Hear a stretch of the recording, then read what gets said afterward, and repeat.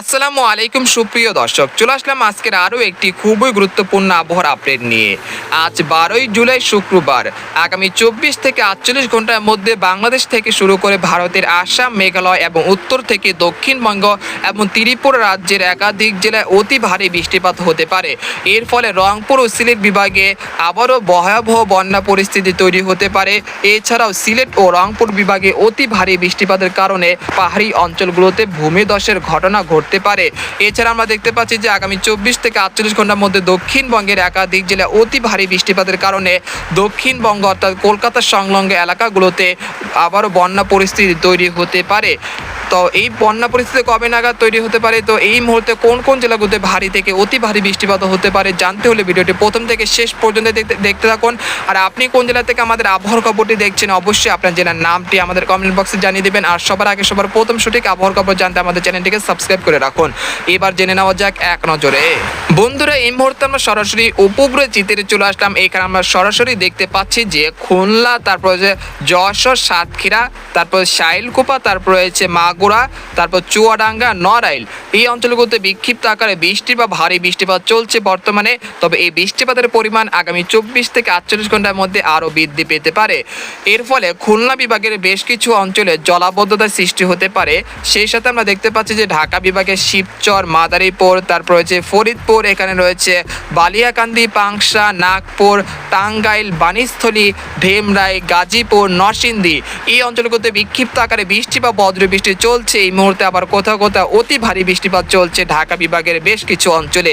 এছাড়া বর্তমানে আমরা দেখতে পাচ্ছি কাপাসিয়া, কিশোরগঞ্জ, কটিয়াদি, এই অঞ্চলের আকাশ আংশিক মেঘলা থেকে মেঘলা রয়েছে যদিও এখন, তবে পরবর্তী সময় অর্থাৎ আজ দুপুর থেকে রাতের মধ্যে কিশোরগঞ্জ, কটিয়াদি, কাপাসিয়া, নরসিংদী, এই অঞ্চলে আবারও ভারী বৃষ্টিপাত শুরু হতে পারে।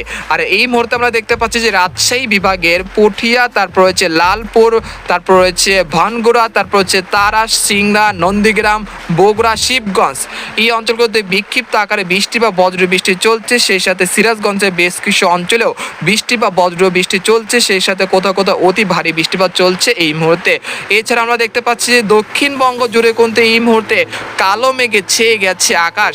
সেই সাথে কোথাও কোথাও বর্ষার অবিরাম বৃষ্টিপাত চলছে কলকাতা, তারপর হচ্ছে কলাঘাট, খড়গপুর, আরামবাগ, চন্দননগর, হলদিবাড়ি, তারপর হচ্ছে বানকুড়িলিয়া, পুরুলিয়া, দুর্গাপুর, বর্ধমান, শান্তিপুর, কাটোয়া, তারপরে নালিহাটি, তারপর হচ্ছে মুর্শিদাবাদ, কৃষ্ণনগর, তারপর হচ্ছে উত্তর ও দক্ষিণ দিনাজপুর, তারপর রয়েছে মেদিনীপুর, এই অঞ্চলগুলোতে বিক্ষিপ্ত আকারে বৃষ্টি বা ভারী বৃষ্টিপাত চলছে। অর্থাৎ এই বৃষ্টিপাতের কারণে কলকাতার সংলগ্ন এলাকাগুলো কিন্তু জলমগ্ন হয়ে যেতে পারে আগামী 24 ঘন্টার মধ্যে। এছাড়া আমরা দেখতে পাচ্ছি যে বর্তমানে কিন্তু উত্তরবঙ্গের আবহাওয়া কিন্তু এখন স্বাভাবিক পর্যায়ে রয়েছে। তবে আজ দুপুর থেকে রাতের মধ্যে উত্তরবঙ্গে রংপুর, দিনাজপুর, ঠাকুরগাঁও, পঞ্চগড়, তেঁতুলিয়া, তারপর রয়েছে এখানে রয়েছে দেবীগঞ্জ, জলঢাকা, লালমনিরহাট, কুড়িগ্রাম, চিলমারি, পীরগঞ্জ, এই অঞ্চলগুলোতে বিক্ষিপ্ত আকারে ভারী বৃষ্টিপাত হতে পারে আজ বিকেল থেকে রাতের মধ্যে। সেই সাথে আমরা দেখতে পাচ্ছি যে উত্তরবঙ্গে আলিপুরদুয়ার, কুচবিহার, জলপাইগুড়ি, শিলিগুড়ি, এই অঞ্চলেও আগামী 24 থেকে 48 ঘন্টার মধ্যে প্রায় 300 মিলিমিটার পর্যন্ত অতি ভারী বৃষ্টিপাত হতে পারে। এছাড়া উত্তর ও দক্ষিণ দিনাজপুর, তারপর মালদহ জেলায় বেশ ভালো পরিমাণ বৃষ্টিপাতের সম্ভাবনা থাকছে আগামী 24 ঘন্টায়। আমরা দেখতে পাচ্ছি যে ময়মনসিংহ বিভাগের আবহাওয়ার দিকে খেয়াল করলে আমরা দেখতে পাচ্ছি যে নেত্রকোনা, ময়মনসিংহ, 30 সাল, তারপর হচ্ছে ভালুকা, তারপর হচ্ছে জামালপুর, শেরপুর, নালতিবাড়ি, তারপর হচ্ছে ফুলপুর, এই অঞ্চলের কয়েকটি জেলায় বিক্ষিপ্ত আকারে বৃষ্টি বা হালকা মাঝারি বৃষ্টি চলছে। তবে আজ দুপুর থেকে ময়মনসিংহ বিভাগের ময়মনসিংহ, 30 সাল, ভালুকা, তারপর হচ্ছে কেন্দ্রুয়া, নেত্রকোনা, এই অঞ্চলগুলোতে বিক্ষিপ্ত আকারে বৃষ্টি বা ভারী বৃষ্টিপাত হতে পারে। এছাড়া সিলেট বিভাগের বেশ কিছু অঞ্চলের আকাশ এই মুহূর্তে আংশিক মেঘলা থেকে মেঘলা রয়েছে।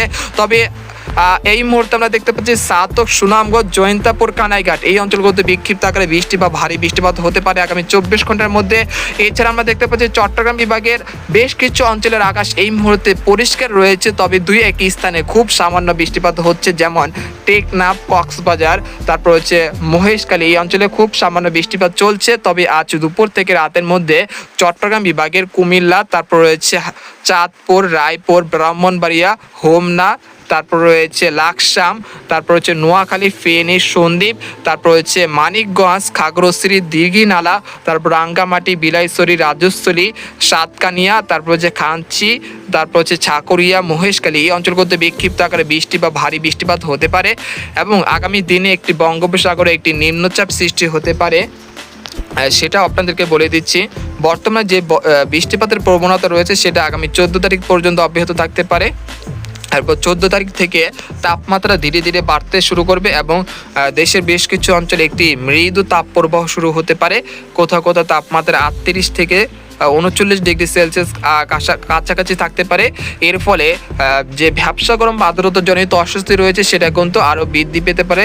ঢাকা সহ খুলনা, বরিশাল, তারপর রাজশাহী, চট্টগ্রাম, তারপর হচ্ছে ময়মনসিংহ, সিলেট এই অঞ্চলে ভ্যাপসা গরম বা আর্দ্রতাজনিত অস্বস্তি সেটা কিন্তু বেশ হারে বৃদ্ধি পেতে পারে। এর কারণ হলো বঙ্গোপসাগরে ঘনীভূত হচ্ছে একটি নিম্নচাপ, সেইটার কেন্দ্র করে কিন্তু এই ভ্যাপসা গরম বা আর্দ্রতাজনিত অস্বস্তি সেটা কিন্তু বৃদ্ধি পেতে পারে আগামী 14 তারিখ থেকে 20 তারিখ পর্যন্ত। এই সময় দক্ষিণবঙ্গের বেশ কিছু অঞ্চলেও বেশ পরিমাণ বা আর্দ্রতাজনিত ঘামযুক্ত আবহাওয়া বিরাজমান থাকতে পারে আগামী 14 থেকে 20 তারিখ পর্যন্ত। আমরা দেখতে পাচ্ছি যে নিম্নচাপটির দিকে খেয়াল করতেছে, আমরা দেখতে পাচ্ছি যে নিম্নচাপটি আগামী 15 তারিখ তৈরি হতে পারে, সেটা উড়িষ্যা উপকূলে অতিক্রম করবে। এর ফলে আগামী 18 থেকে 19 তারিখের মধ্যে দেশের বিভিন্ন অঞ্চলে আবারও ভারী বৃষ্টিপাতের সম্ভাবনা দেখা যাচ্ছে। আগামী 22 জুলাই থেকে দেশের বিভিন্ন অঞ্চলে বৃষ্টি বা বজ্র বৃষ্টির প্রবণতা আবারও ধীরে ধীরে বৃদ্ধি পেতে পারে।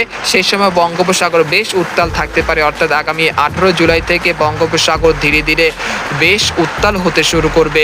তো এই ছিল আজকের একটি সংক্ষিপ্ত আবহাওয়ার খবর।